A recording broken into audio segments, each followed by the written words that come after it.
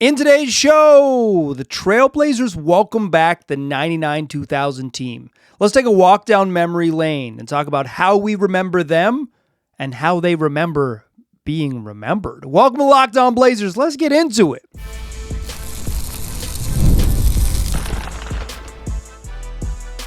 You are Locked On Trailblazers, your daily Portland Trailblazers podcast, part of the Locked On Podcast Network. Your team every day. What's up, world? It's your past first point guard and Trailblazers reporter Mike Richmond. You're listening to another episode of Locked On Blazers, part of the Locked On Podcast Network. Available wherever you get podcasts and also on YouTube. Thanks for making this show your first listen, coming at you each and every weekday, Monday through Friday. So make it a part of your daily routine. Make it your first listen. Tell your friends to do the same. Locked On Blazers, your team every day. In today's show, we're talking about a Trailblazers reunion. On Monday evening, the Trailblazers welcome back the 99-2000 Blazers. Not every member, but many members of that team that won 59 games, reached the Western Conference Finals for the second straight time, and were, quite frankly, jobbed out of a chance to play for the finals by some questionable refereeing and the Los Angeles Lakers, Shaq and Kobe and all of that. Today, we're going to go call by call through every minute of the fourth quarter and complain about the refs from 25 years ago. No, I'm just kidding. What I want to do in today's show is, one, take you a little bit closer to that experience, because some of the key actors from that team, key players, and head coach Mike Dunleavy from the team spoke to the media prior to the game. So got to ask some questions and hear some interesting responses. I'm going to get you a little bit closer there. They shared some stories. And then I want to kind of revisit the legacy of that team, both how fans perceive that legacy and how the team, the actors on that team, feel their legacy both should be remembered and is held in regard. Because I think the thing that struck me the most about this whole reunion was that it felt like catharsis for Damon Stoudamire. It felt like Damon Stoudamire came back because he didn't really feel loved here, and he wanted a chance to feel a little bit of love here. Not like this was going to close the door and make all whatever he feels about the franchise and his plan playing here. Like, not that it was going to just like completely mend the fence, but like, listening to him talk, that it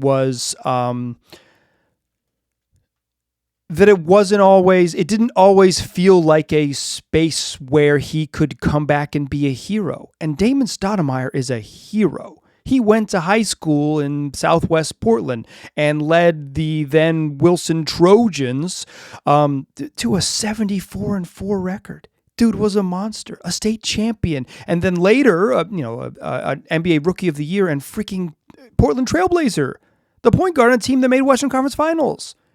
If anyone should be beloved in this community, it's Damon Stoudamire, and he feels like, not so much.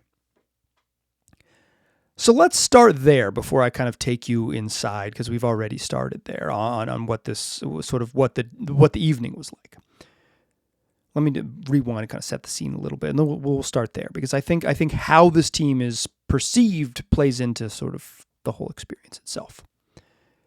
Blazers welcome back a gang. Damon Stoudamire, Steve Smith, Bonzi Wells, head coach Mike Dunleavy, Greg Anthony, Stacey Ogman, Brian Grant, who works for the team and lives here, Antonio Harvey, who's worked for the team in various capacities over the years, Joe Klein, GM Bob Whitsitt, the former guest on this here podcast, and athletic trainer Jeff Clark, who still works for the Trailblazers in he used to be on the bench. He's on the bench for a long time. He's kind of I don't know, to put it bluntly, he kind of got promoted off the bench. They kind of promoted him away from the team into a more of a desk role. He's the last member of the Trailblazers traveling party. And when the Blazers went back to the Western Conference Finals in 2019, Jeff was still Clark. He was still the head athletic trainer. He was still there 20 years later when they went back as the last remaining guy who was going to be on the plane back in 99 and him on the plane again in 2019.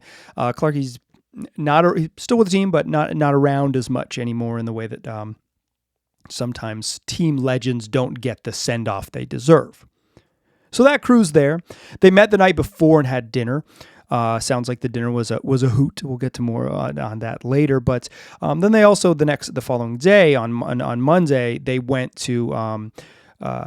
On Sunday they had a team dinner. On a Monday they a catch up, and on Monday they went to the practice facility and met the current members of the team and kind of walked around the facility and got to say like, damn, it was a lot nicer than we played type of thing, and got to sort of be welcomed into the PF is kind of where the basketballers are, right? That's where like the that's where Joe Cronin's office is and the front office are there, and that's where the team is. Like touring the practice facility is a little more like around the team than say touring the Moda Center, which is kind of like the performance area where they come to. So I think that the drawing the line there. So that's that's the crew that's here, and so one of the things about the Blazers announced this, and they announced it a little bit kind of late in the game. Hey, Monday night against the Pistons, like, maybe a week beforehand, is going to be reunion night. And they didn't right away announce who it was going to be. And to me, like just as a pessimist and a true hater, I'm like, well, shoot, it means no Sabonis, no Rasheed Wallace. Because if it was, first names would lead the press release. Sabonis and Rasheed Wallace are going to be here. Get your tickets. We're jacking up the prices. Let's go. That's true hater, right? Hated on them for not releasing the names of the press release, and hated on them for that knowing they would jack up the price on you. But they would. Come on now, this is America. But I was curious about this team because the Blazers spent various parts of the last couple seasons, and particularly last season, kind of trying to bring back eras of teams. They felt like for years they didn't do a good job of this, so they're gonna bring try to get more connection with more teams, more players from various past teams. But when they didn't announce the who's going to come, I was like, okay, well, who's even going to be here? The only name that I thought was a stone cold lock was Detlef Schrempf, and Detlef didn't even come. So the other thing that I was sort of struck by here is getting back to the Damon Stoudamire thing. Is like, how's this team remembered? I didn't live here in 1999. I moved to Portland in 2006. I've lived here for 20 years now, but like I didn't live here. I was living on the other side of the country, and I was a teenager, a tween. So like I remember these. I remember these games very well. I remember the Game 7 very well. It was a big part of my sort of basketball fandom. Is like. I was a Chapel Hill kid who loved basketball. You better believe I was rooting for Rasheed Wallace in the NBA playoffs. But like, I didn't have the emotional connection, right? Because I live in the other side of the country. I didn't know I didn't know I was going to move to Oregon some 7 years later. So I asked some of my peers who grew up here, Oregonians and Portlanders who grew up here. And I'd like, because my perception was that, much like Damon Stoudamire would go on to say, is that while this team was like appreciated, it's more appreciated like in hindsight when we talk about them now. Oh, I love that team, but like in the moment, it was perhaps not that appreciated. So I asked some friends who are same age as me and a little bit older, but like kind of my similar age range and sports weirdos. Like somewhere who would have been sort of high school to college age at the time. And it's like whether they have fond memories of that team in the time or it's mostly in retrospect. And they said to the 3 or 4 folks I asked that they earnestly, fully loved those teams. And it wasn't until later that they sort of felt disconnected from the team. But that group, beloved, that group, heartbreaking loss, that group, very special. Which made me so curious to hear Damon Stoudamire sit up there and say, like, so they were talking about how they want to be remembered. That was a common phrase. And then Casey Holdahl, who works for the team, said, do you think you guys aren't beloved? Because I just want you to know that I think your group was beloved. You are a beloved and cherished group. Because Damon Stoudamire was saying, like, we're one of the best teams. This group is one of the best teams that this franchise has ever had, and we should be appreciated that way. And Damon said that maybe he personally, and he said it wasn't speaking for everyone else, but he personally didn't necessarily feel like that. He didn't feel like that. He felt like they weren't beloved, and they aren't placed in the same sort of pantheon as the 77 team or as the Clyde Drexler early 90s teams. He doesn't feel like they've been celebrated. He doesn't feel like they're respected. He doesn't feel like they are cherished in the way that those prior iterations of the golden ages of Blazers have been cherished. I'm curious about that. That immediately, it was, like I said, it was almost catharsis for Damon Stoudamire. I want to talk about more about that and about the team itself, some like real memories from the team itself in the second segment. Join me there, won't you? First, though, let's talk PrizePicks. The holiday season is one of the best time for sports. You got college football bowl games. You got big old NBA basketball games. This is your Christmas Day episode. You got games all day long. You got playoff pushes across the NFL. The NFL has come to Christmas Day. They have decided they're planting their flag. They're never leaving. Got NFL games today too as well. It's all happening all at once, and you can get in on PrizePicks so you can be there when it's all happening all at once. PrizePicks, one of the easiest ways to get in on daily fantasy. Just pick more or less on at least 2 player projections. Lock in your lineup, and you're in the game. Simple, fast, and available in 45 states, including the great state of Oregon, as well as the big states like California and Texas. PrizePicks PrizePicks is going to help you by being super easy to use. You can create a lineup in less than a minute. The app takes, gives you your choices that are intuitive. The whole process is smooth, easy, and super quick. And there's a huge range of unique stats. So whether you want to pick field goals attempted or free throws made or turnovers and pick more or less on any of those, whatever fits your strategy, you're going to find it there. Download the PrizePicks app today. Use the code LOCKEDONNBA to get $50 in lineups after you play your first $5 lineup. That's code LOCKEDONNBA to get $50 in lineups after you play your first $5 lineup. PrizePicks. It's good to be right.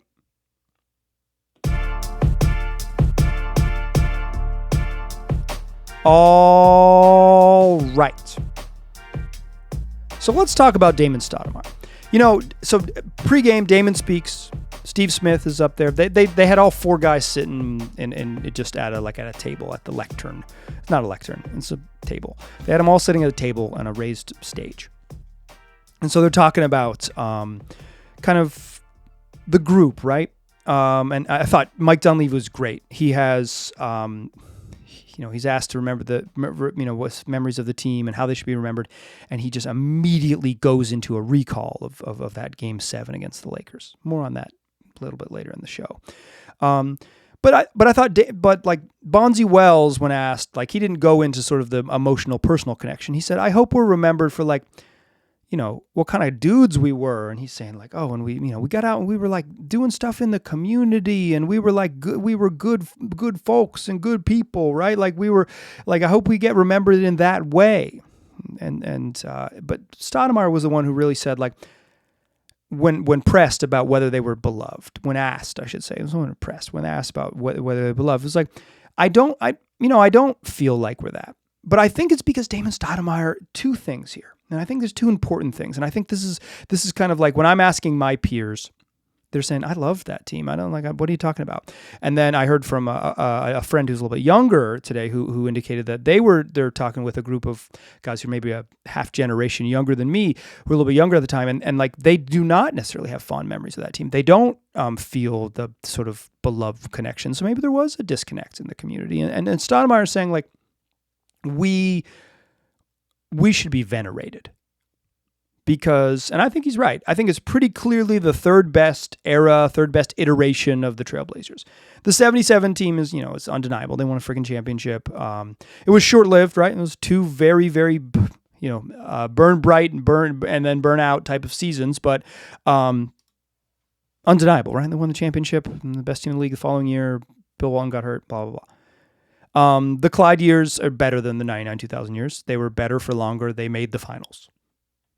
Clyde is the greatest Trailblazer of all time, although his relationship with the organization remains, at best, bizarre, and at worst, acrimonious. But I think bizarre is probably a fair way to say it.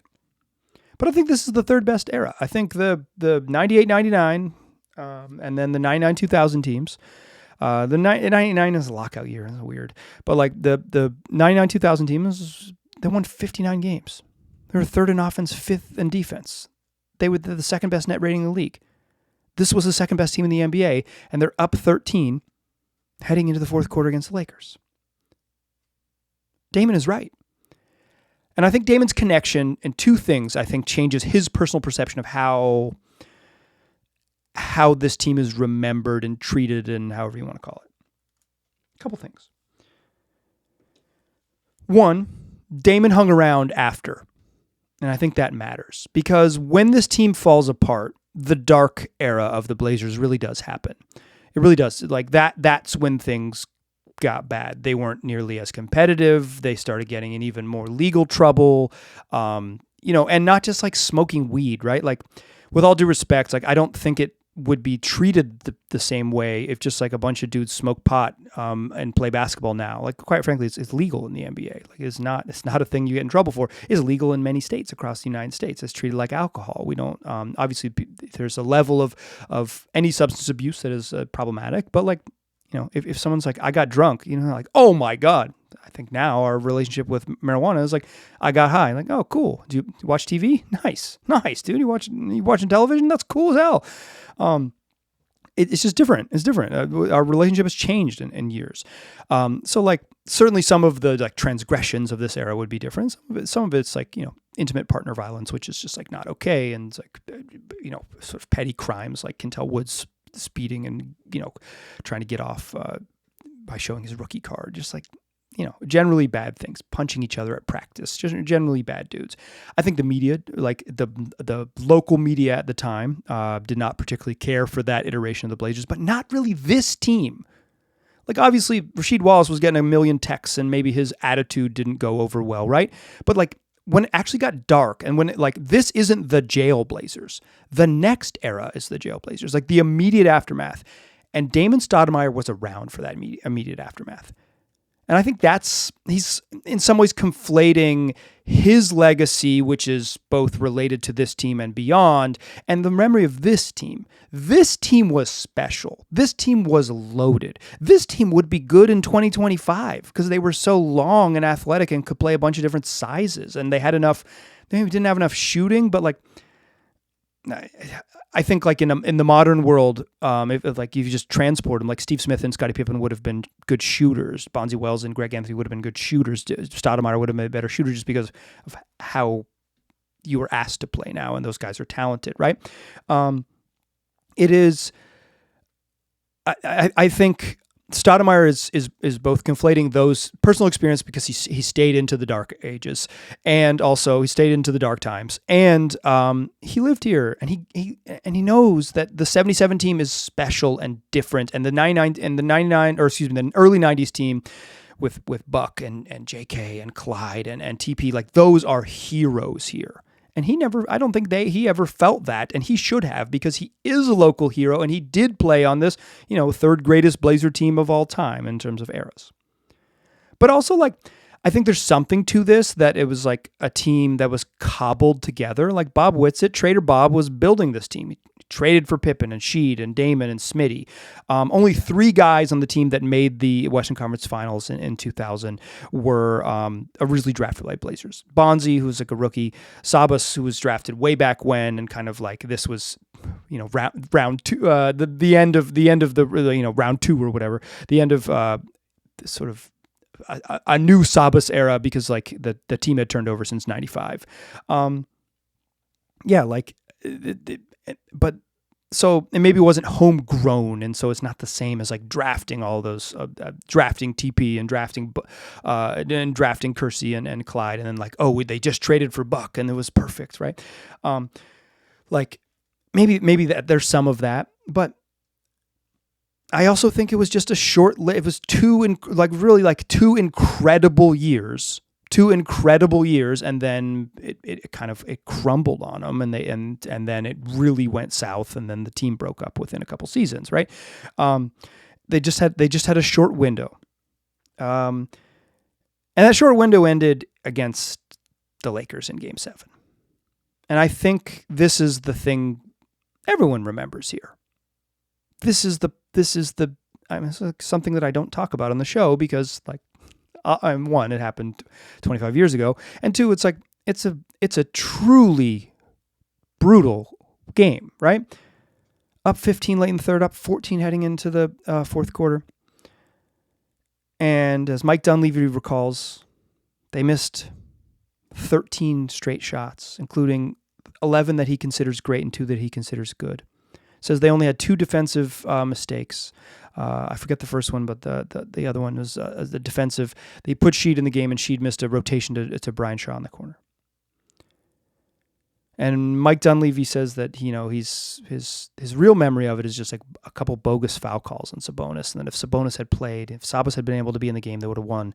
It was nonsense. And he also remembered Steve Smith driving down the lane and just getting clubbed in the chest by Shaquille O'Neal and getting fouled, thrown on his back, no call. And Steve Smith, when asked to recall that game, said, "We were robbed." And so I asked, like, hey, when you guys get together, do you talk about this? And Damon Stoudamire is coach of Georgia Tech. Bonzi Wells on his staff. It's like, y'all chat about Game 7 ever? No, never. And then Mike Dunleavy said, we did last night, with a smile. Let's talk about the dinner, the reunion, and how the Blazers can continue to give catharsis to former players like Damon Stoudamire and to continue to bridge the sort of a lost history with a generation of players. Join me in the third segment. We'll talk about that to close the program. First, though, let's talk DoorDash season. This NBA season right here. It's heating up. It's heating up. And DoorDash has the way to keep fans fresh and in their bag the whole way through. Whether you're pouring through Blazer losses where they came back from down 17 to almost win the game, or you're just checking highlights, or just check on your fantasy team, DoorDash makes the entire season more fun because every player has their bag. With DoorDash, fans have one too. DoorDash keeps your snacks stocked, your gear fresh, and your watch party vibes absolutely on point. So if the group chat says pull up, and DoorDash makes sure you show up prepared. Snacks, cups, even a phone charger for the friend who's always at 2%. All available on DoorDash from tip-off to overtime. Stay in your bag on DoorDash. Get snacks, get drinks, get gear, whatever gets you through the season delivered right to your door. DoorDash in your bag all season long. All right, still past first point guard. So Mike Richmond still listening to Locked On Blazers. So Steve Smith has watched Game 7 one time. Bonzi Wells says he hasn't really watched it. Maybe seen it, but wouldn't watch it. Mike Dunleavy's seen it. He recalls it and can remember it clearly. Damon Stoudamire, if it comes on a TV, he turns it off. Never watched it. Won't. Happens to be on NBA TV in his hotel room or wherever he might be. Zapping that thing. They say they rarely ever talk about it. But at dinner the night before, with a group of 11 of them present, they indeed discussed it. They told stories. They laughed. They had moments, right? And we're never going to see this stuff. Like, this is special for them. And I kind of think this speaks to where I want to go with this to close the program. This was a really fascinating reunion, and not for any reason that I would have anticipated. Damon Stoudamire kind of being like, we weren't loved enough. We should be celebrated. Why haven't we been celebrated? I asked him, when's the last time you're back here? He said, I coached for the Celtics. I said, no, not for work. Like, when's the last time you get back here? He said, 8 years ago. I said, okay, why was it important for you to come back? So it was important for me to come back to support my guys, right? He said that Bonzi Wells said Rasheed Wallace had wanted to come but had a prior engagement. I would say, based on my discussions with some folks who work for the team, I don't think he was ever really on the board. Sabonis, I know, was never really It lives far away. It was never really on the board, right? They weren't going to get the heaviest hitters, but they wanted to get Damon Stoudamire, and they kind of built this around getting him back here. It was meaningful for him to be back here. And he said, like, part of the reason to be back here is like, this is home for him, right? It's like a special place for him, but it is because showing up means something to everybody else, right? And I think you could see that. The Blazers were honored at midcourt at halftime. And when each of them was, Mark Mason, who's been the PA guy in the arena forever. He gave everyone their their resume and kind of announcing their name like he would have, not too dissimilar from when they were on the game, maybe not the number in college, but he, the Plastic Man, Stacey Augmon, Mighty Mouse, Damon Stoudamire, right? And to see the way that their peers in this situation, when Bonzi got cheered, what it meant to his teammates that came over and gave him a hug. When Brian Grant and people loved the Rasta Monster. He didn't show up he wasn't here for very long, but he's beloved. So this team is beloved, Damon. You must know it. Huge ovation. Big ovation for Tone, Antonio Harvey. Damon Stoudamire, huge ovation. Steve Smith, huge ovation. Bonzi Wells, huge ovation, right? And to watch the guys hug one another and have that moment, to say like, hey, I'm glad you're getting recognized here. Speaks to what Damon always wanted, the catharsis for Damon Stoudamire, excuse me. I've said Damien a lot on the show over the years, and it's also very late at night. But I think two things here. One, that stuff's special. To watch adult men be happy for one another warms my little heart. I'm a big feelings guy in a cold feelings world, and that is meaningful to me, right? Like I'm like, I love to see Greg Anthony be excited and happy for Brian Grant's, getting cheered on. I love to see how much, the type of just massive hug Steve Smith gave to Bonzi Wells when he got cheered on, right? Like, and what it meant to them, and knowing what it meant for each other. But I think that dinner, right, that we didn't see, where they're laughing and having fun and telling stories and sharing, and Mike Dunleavy's sharing his like incredible recall, and they're complaining about the refs and all this, and plenty of stories I'm sure they didn't share that were inappropriate, right? And Damon Stoudamire's talking about how, this team was like had an uncommon camaraderie because not because they really liked each other, but because they were so talented, they had to sacrifice, right? Because Scottie Pippen was so freaking good. There were nights that it was going to be his night, and there were nights it was going to be Sheed's night, and there was nights that it was going to be Steve Smith's night and Damon Stoudamire's night, et cetera, on down, right? And they kind of had to balance that, right? They had to balance that, and part of their camaraderie was that while they had egos and while they maybe didn't always get along, they were pulling in the same direction, and Dunleavy was pulling the strings. And he talked about how, he was a matchups guy. So they would just chase matchups and just say, hey, whatever, if tonight's a night where Bonzi is going to win in the post, or tonight where, Steve Smith's going to win on the wing, or tonight's a night where Sheed's going to feast, or Pip or Damon Stoudamire is going to crush in pick and rolls, they would just do that, right? They would just do that. And then Dunleavy said he would walk into the practice facility and he would say, okay, who's going to be mad at me today? Because they were so talented and so deep and so like all this stuff, right?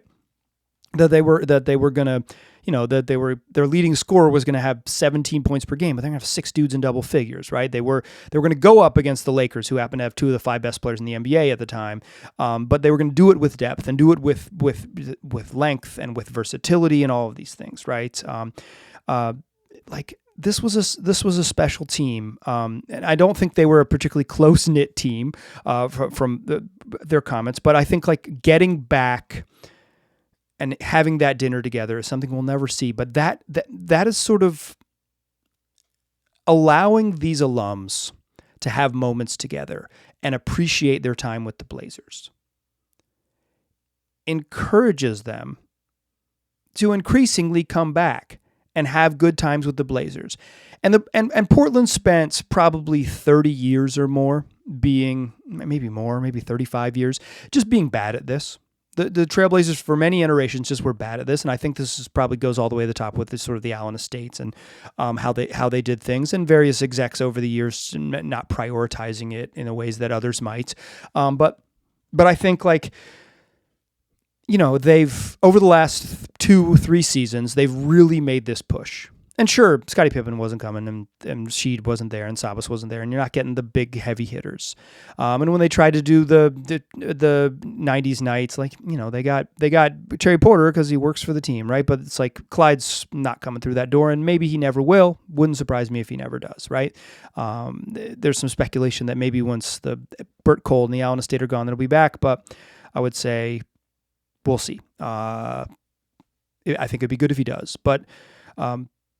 You know, you burn bridges and those things happen. But to hear Damon Stoudamire feel like he wasn't beloved that's the failing. But the way to get this to be a thing where guys do come back and they do realize what Portland Trailblazers basketball means to this community is both like just continuing the sort of olive branches, reaching out to guys, and then setting up these moments for them to get back together that we won't see. The public-facing stuff is really fun, but the stuff that we don't get to experience is what creates that good vibes that makes them want to come back again in the future. It is... you know, I think like the challenge part for the franchise is that like they've got to create a bunch of situations that are not public facing and like directly beneficial to them in order to create a situation where Blazers alumni want to get back. But I think they've done a much better job recently. But you know, I'd be really curious what like Sheed feels about the organization and his sort of place in it, because he's kind of was both the best player on this team and also persona non grata at some point shortly thereafter. And certainly probably aligns much more with the Pistons team who won a championship than this team that he fell short with. I was struck by this night and why I wanted to talk about it for a half hour, because it gets to the core of what it means for me to be a fan. Winning is really fun, right? When a team wins a championship, it's fun and it sticks with you for a long time and you can carry it for a long time. But mostly your teams you love lose. Each year in the NBA, 29 teams lose, 1 team wins. So like what matters to you as a fan eventually is the sort of like how you felt about a group and where they sit in your sort of heart and brain space. And I think one of the ways that you get there is that you don't let them completely fade away. And the Blazers, by doing this night and giving these guys this chance and having Damon Stoudamire say, like, I didn't feel beloved, is a reminder when you are a fan to like, this is not just a hold on to your joy moment. This is to express your joy to those around you, right? So to close this up as a bonus episode on Christmas, here's what I would offer you as a gift you can give to anyone. If you like something, nay, love it, go ahead and tell that thing, that person, that entity that you love it. Because if you don't, you get this situation where Damon Stoudamire feels like he's not beloved. Although when I ask my peers who were here as high school and college kids, like the perfect age to love this team, they loved this team. They loved Dame. I heard from a listener, or Damon, like, I heard from a listener who said, like, he was like a huge deal for Portland kids growing up. Like, Damon was huge because he was our guy, because he was one of us and from the town and all those things. So don't hold back. If you love something on this Christmas day here, make sure you express that love in the way that you are capable of, or if you feel incapable of it, practice expressing it outwardly to the things or the folks that you love. Merry Christmas. There's no show tomorrow because I'm off doing stuff.